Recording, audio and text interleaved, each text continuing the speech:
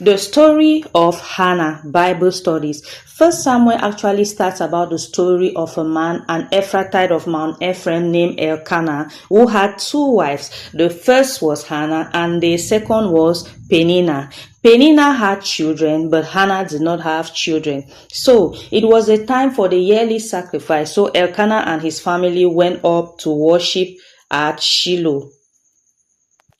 When it was time, he gave portions to his family. He gave Peninnah and her children portions, but to Hannah he gave worthy portion because he loved Hannah so much. By reason of Hannah's barrenness, Peninnah gave her strong and vile words. So Hannah was sad. Her husband asked her, "Hannah, why are you sad? Am I not worth more than 10 sons?" When it was time after the sacrifice, she went into the temple, inside the temple, in front of Eli the high priest, and she began to pray. She prayed, she cried, she poured out her spirit unto the Lord. She said, "Lord, if you will give me a son, he shall be a Nazarene unto you, and all the days of his life no razor shall be upon his head."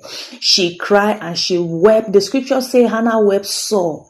And when the priest saw her, I said, "Woman, why are you drunk and you're here?" She said, "No, my Lord, I'm not drunk, but I'm laying a petition. I'm pouring my heart unto the Lord." And the priest told her, "Let the Lord grant the request of your heart." And after she had finished praying, she left and she was no more sad. It came to pass that as she went back home, as Hannah went back home, she met with her husband, and lo and behold, she conceived and she bore a son.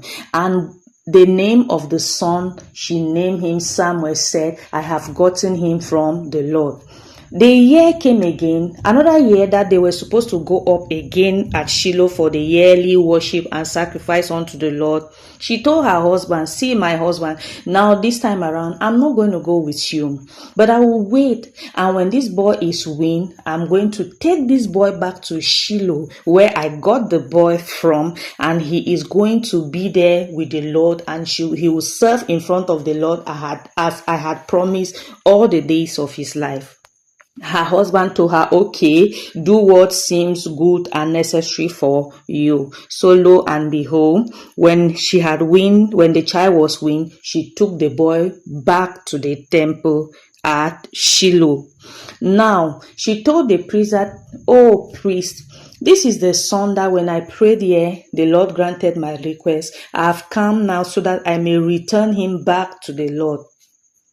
And the priest blessed her and said, blessed Elkanah and his wife and said, "May the Lord give you more children as you have loaned this one to the Lord."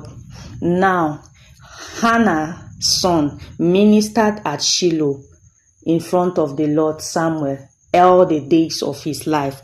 And when it came to pass, for yearly, his mother will go up and she bought him a new garment that he could wear year after year. And the Lord blessed Hannah, and Hannah had again behind Samuel 5 children, 3 boys and 2 girls. In other words, and grosso modo, she had 6 children, but there was one that she loaned unto the Lord, who was Prophet Samuel, the first prophet after when the judges had ruled Israel, or the last judge that ruled Israel before the coming of the chronicles of the kings of Israel. Is it not wonderful? We learn from Hannah's story. She was a barren woman. She asked of the Lord, for the scripture says in Matthew 7:7, "Ask and it shall be given unto you." And she asked, and the Lord gave her. And she respected her vow. Remember in Psalms 50, I think it should be verse 14, if not verse 14, maybe there is a verse there that says, "Respect your vows that you vow unto the Lord." She made a vow, and she went back with her vow on and gave the son back to the Lord as she had promised. And by the reason of that also, the Lord blessed her again with many children.